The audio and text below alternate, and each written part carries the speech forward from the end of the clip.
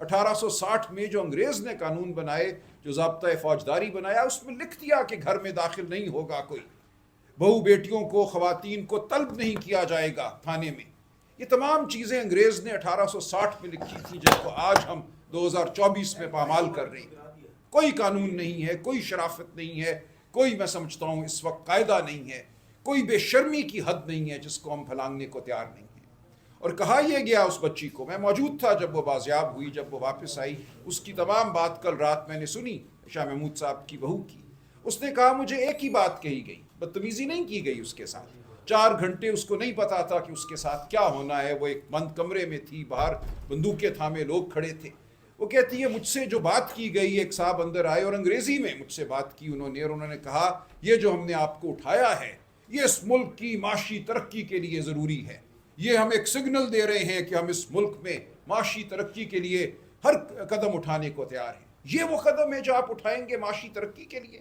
آپ اس ملک کو کیا بنانا چاہتے ہیں؟ قبرستان میں معاشی ترقی؟ ہماری پولیٹیکل کمیٹی نے ایک ہنگامی اجلاس کیا، اس میں ہم نے یہ فیصلہ کیا کہ اب ہمیں احتجاج کرنا ہے۔ ہم قانونی راستہ اپنا چکے، کوئی اور آگے ہمیں راستہ نظر نہیں آتا۔ ہم عمران خان صاحب کو 16 دن ان کے رحم و کرم پر نہیں چھوڑ سکتے۔ ہم سب تشویش میں مبتلا تھے، خان صاحب کے حوالے سے، ان کی صحت کے حوالے سے، ان کی فکر تھی ہمیں۔ تو ہم نے یہ فیصلہ کیا 11 تاریخ کی شام کہ ہم 15 تاریخ کو اسلام آباد میں ایک احتجاج کریں گے۔ اب اس کے بعد کیا ہوا؟ بہت سوال اٹھے ہیں، میں سمجھتا ہوں ہمیں جواب دینا چاہیے ان سوالات کا۔ ایک بیانیہ ہے سوشل میڈیا پہ، یوٹیوب پہ وہ قائم کیا گیا، ہم پہ غداری کا الزام لگایا گیا، ہم پہ بزدلی کا الزام لگایا گیا۔ تو اب میں سمجھتا ہوں ضروری ہے کہ ان تمام الزامات کو دیکھا جائے، کس حد تک ان الزامات میں صداقت ہے اور کس حد تک معاملہ کچھ اور تھا۔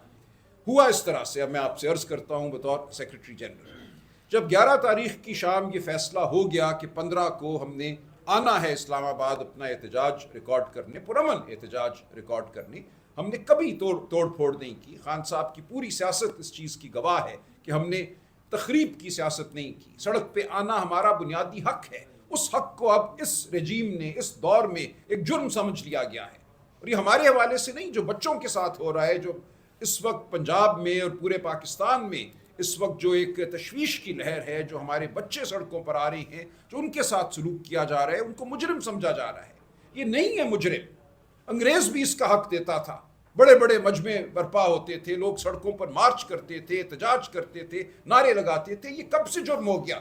یہ ایک بنیادی انسانی حق ہے احتجاج۔ اس احتجاج کو آپ نے جرم کا نام دیا۔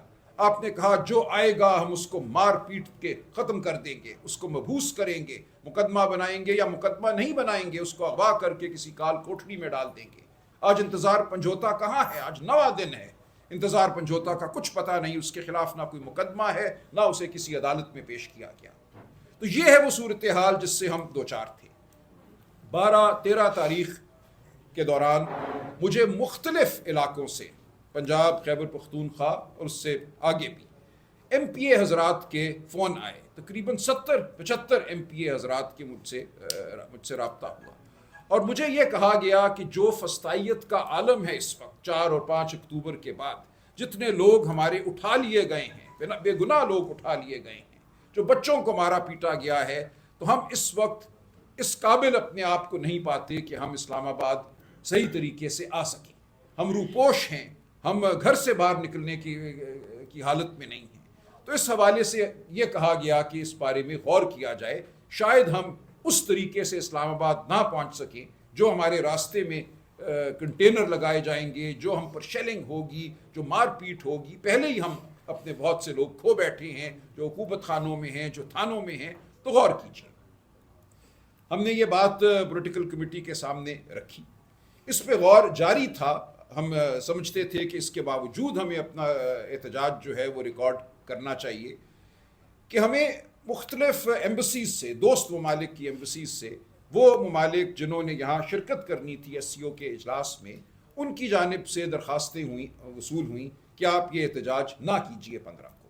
اب یہ وہ ممالک ہیں جن کے ساتھ ہمارا حکومت میں قریبی تعلق رہا ہے، ہم ان کو پاکستان کا خیر خواہ سمجھتے ہیں، آئندہ بھی ہم سمجھتے ہیں کہ اس ملک کی حقیقی حکومت عمران خان صاحب کے تحت PTI کی حکومت ہوگی.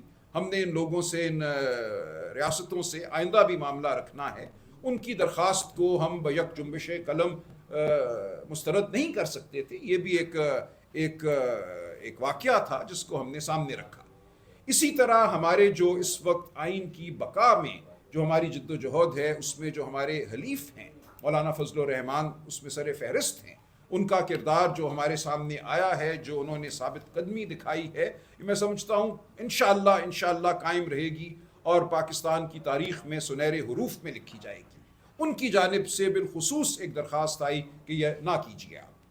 ہم نے کوئی اس پہ جواب نہیں دیا حتمی ان کو، لیکن یہ تمام معاملات ہم نے سامنے رکھے پولیٹیکل کمیٹی کے کہ اب ہمیں کیا کرنا چاہیے. ہمارے سامنے خان صاحب کی صحت، ان کی زندگی سب سے مقدم امر تھا.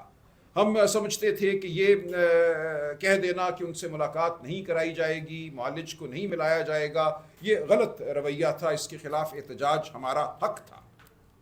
14 تاریخ کے دوران مجھ سے اور دیگر ہماری لیڈرشپ کے افراد سے رابطے ہوئے حکومت کی جانب سے، اور یہ کہا گیا کہ آپ ڈاکٹر عاصم یوسف کو بلوا لیجئے، ہم دیکھ لیں گے، انشاءاللہ ان کی ملاقات ہو جائے گی، جو خان صاحب کے اعتماد کے ڈاکٹر ہیں. یہ ہماری گفتگو ہوئی. عاصم یوسف صاحب ملک سے باہر تھے. میں نے ان کو فون کیا، ان کو ڈھونڈا، درخواست کی. وہ فوراً اگلی فلائٹ لے کر پہلے کراچی اور پھر کراچی سے اسلام آباد پہنچے. 14 تاریخ کی دوپہر وہ اسلام آباد آ گئے تھے اور ہمیں یہ امید دلائی گئی، تقریباً یقین دلایا گیا کہ ان کی ملاقات میں کوئی کبھات نہیں ہے. وہ ایک پروفیشنل ڈاکٹر ہیں، وہ باہر آ کر کوئی سیاسی بیان نہیں دیں گے، کوئی سیاسی میسج خان صاحب کا وہ نہیں لے کر آئیں گے. وہ صرف ان کی صحت کے حوالے سے جو بھی معائنہ کریں گے وہ ایک میڈیکل رپورٹ دیں گے. تو ہم اس امر کو بھی ہم نے سامنے رکھا کہ یہ بات ممکن ہے کہ یہ ہو جائے، اور ہمیں کسی حد تک انسانیت کی بنیاد پر یہ امید تھی، یقین تو میں نہیں کہوں گا، امید تھی، کبھی امید تھی کہ ان کو ملنے دیا جائے گا. جب یہ سارے عوامل 14 تاریخ کی شام سامنے رکھے گئے، ہمارے 70-75 MPA حضرات کی درخواست، دوست ممالک کی درخواست، ہمارے جو حلیف جو اتحادی ہیں ان کی درخواست، مولانا صاحب بالخصوص، اور یہ میں امکان ہی کہوں گا اس کو کہ ڈاکٹر عاصم یوسف کو ملنے دیا جائے. ان تمام چیزوں کو سامنے رکھ کر میں کہوں گا پولیٹیکل کمیٹی نے ایک فیصلہ کیا اور دیانتداری سے فیصلہ کیا. میں اس تمام بحث میں میں موجود تھا جو پولیٹیکل کمیٹی میں ہوئی، اور ایک بحث ہوئی. ایسا نہیں ہے کہ یہ ایک آسان فیصلہ تھا، آسان فیصلہ ہرگز نہیں تھا.